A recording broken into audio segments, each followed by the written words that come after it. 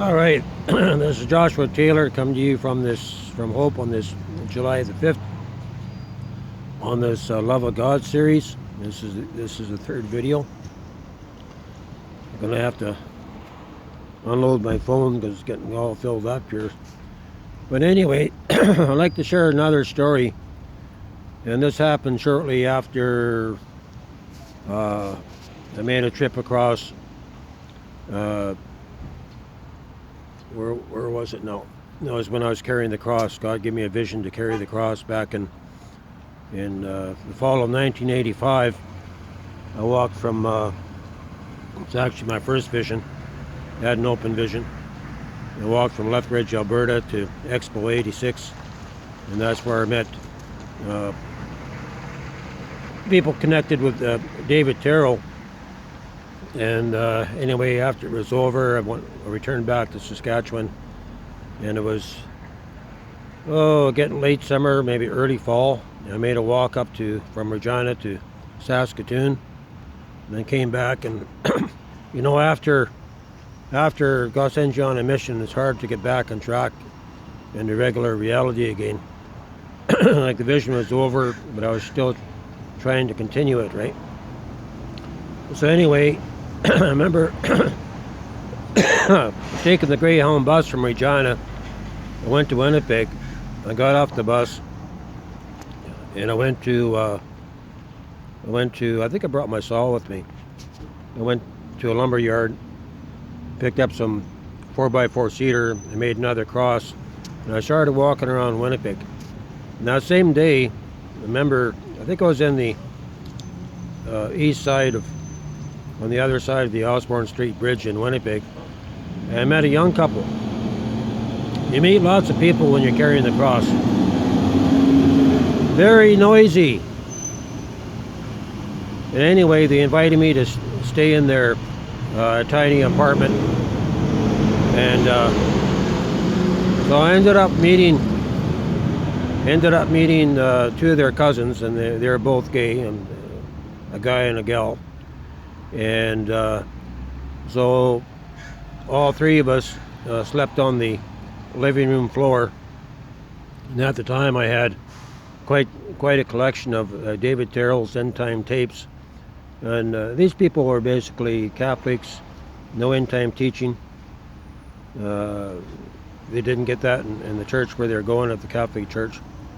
But anyway, for 28 days, we fasted, part of the time, but during the time that we came together in prayer and communion 3 times a day, and Jesus showed up, and he would walk around us. We didn't see him, but I could sense his presence. I could sense him walking around the group. And there's one lady there. I could see that God was giving her visions and showed her the Psalms 83 war and the manifestation of the man of sin, where he came onto the world stage.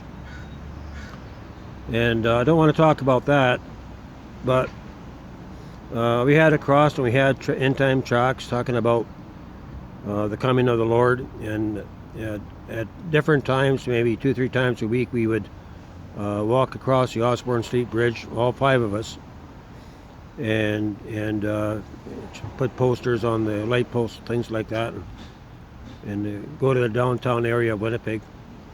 And we were just 5 people walking, joined together with the love of God, and didn't care whether some were straight and some were gay. It didn't matter. That we all loved one another. And they were doing drugs too, but we would put all our money together in the kitchen shelf in a cup. You know what? No one touched the money. No one took it out and used it for drugs or whatever. We used to go to the store together, save on foods and things like that, and get groceries. Whatever we did, we did as a group. We never went alone. And because we had love one for another, it didn't take long before the entire downtown core was shook up. I mean, literally, they sent the cops to arrest us and take us off the street. And that's how that ended. But we walked in the love of God. We did everything by the love of God, not just talking about the love of God. We walked it in our walk by loving one another, and loving God with all our heart. And folks, if the churches don't get back to this, they're going to lose it. They're not going to be part of this end time move. We have to get the love of God back in our heart. We have to quit worrying about ourselves and focus on reaching up to God and manifesting that love one toward another. We need another Woodstock. We need another